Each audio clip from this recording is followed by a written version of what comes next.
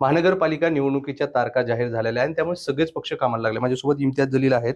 त्यांचाही पक्ष कामाला लागले. कशी सगळी तयारी सुरू आहे? पहिल्यांदा महाराष्ट्रात एंट्री केली होती गेल्या वेळेस आणि 25 जागांवर विजय मिळाला होता. आता कशी तयारी आहे? 25 नाही 26 होते ते. जेव्हा आमचा गट स्थापित झाला होता ते एक इंडिपेंडेंट कॅन्डिडेट होतं. ते बंडखोरी करून ते निवडणूक लढलं होतं, कारण त्यांना तिकीट नाही देण्यात आलं होतं, म्हणून 26 आम्ही जिंकलो होतो. भारतीय जनता पार्टीपेक्षा आमचे सीट्स खूप जास्त होते. आणि यावेळी सुद्धा आमचा पूर्ण विश्वास आहे की ज्या प्रकारे आम्ही काम केलेले आहे, आमचे कॉर्पोरेटर्सनी जे काम केलेले आहे ते बघता आम्ही सिंगल लार्जेस्ट पार्टी या महानगरपालिकेमध्ये असणार आहे, हे मी खूप जबाबदारीने आपल्याला सांगतो. बरं, निवडणूक आली की युती, आघाडी, महायुती ह्या सगळ्या गोष्टी सुरू असतात. तुमची कोणत्या पक्षासोबत सध्या चर्चा सुरू आहे किंवा काही प्रस्ताव आला आहे या निवडणुकीसाठी?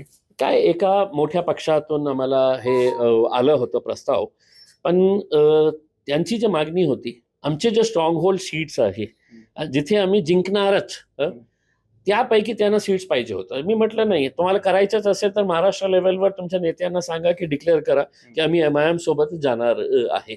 एका शहरापुरता काही सीट्स साठी तुम्ही मागत असेल तर ते आम्हाला मान्य नाही, म्हणून आम्ही नकार दिलेला आहे त्यांना. तो मोठा पक्ष महाविकास आघाडी महाविकास आघाडी स्वाभाविक आहे. बाकी दुसरं त्यांचं भारतीय जनता पार्टी, एकनाथ शिंदे, अजित पवार सोबतच आम्ही जाणारही नाही आहे.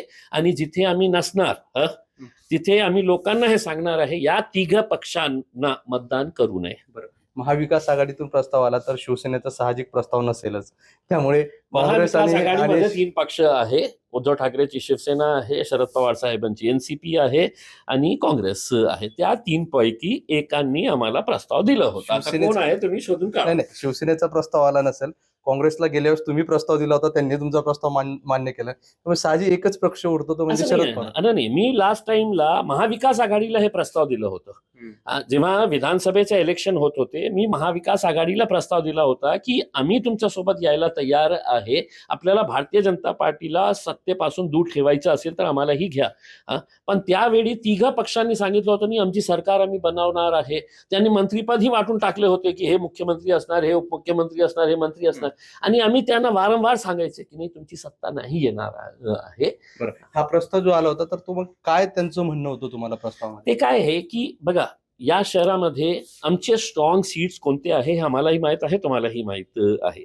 तिथून आम्ही कोणालाही उभे केलं तर ते जिंकणार आहे हे आम्हाला माहित आहे, तुम्हालाही माहित आहे.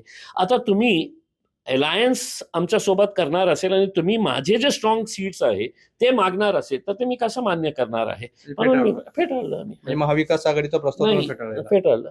त्या पक्षाचा नक्की. सबके दिन आते हैं ना. तुमने एक बार तो हमको भिजाए थे वापस, अब तुमको वापस भिजाए. बिहारचं सगळं परतफेड होती. नक्की बिहारमध्ये आपण बघितलं ना, बिहारमध्ये आज एक छोटासा पक्ष MIM सारखा पक्ष बिहारमध्ये जाऊन 5 आमदार निवडून आणतो आणि सगळ्यात जुना राष्ट्रीय पक्ष काँग्रेस किती 6, आमच्यापेक्षा फक्त 1 सीट त्यांनी जास्त निवडून आणलेले आहे. आम्हाला सोबत घेतलं असते तर त्याचा काय परिणाम झाला असता, आता काँग्रेसवाले जे आहे ना ते पश्चाताप करत आहे. त्यांचा तर प्रस्ताव नव्हताच. बघा तुम्ही काढा कोणाचा प्रस्ताव होता. नक्कीच हे होते इम्तियाज जलील. आणि महाविकास आघाडीतून एका मोठ्या पक्षाचा प्रस्ताव आला होता, मात्र तो आपण फेटाळून लावला असल्याचं त्यांनी म्हटलेलं आहे. त्यामुळे एकंदरीत निवडणुकीच्या रणधुमाळी सुरू झालेल्या आहे आणि जी माहिती मिळते त्यानुसार इम्तियाज जलील यांना काँग्रेस किंवा शरद पवार गटाकडून प्रस्ताव आलेला ते मान्य करत नसले तरी या 2 पक्षांकडून प्रस्ताव आल्याची चर्चा देखील सुरू आहे. मोहसिन शेख, NDTV, छत्रपती संभाजी.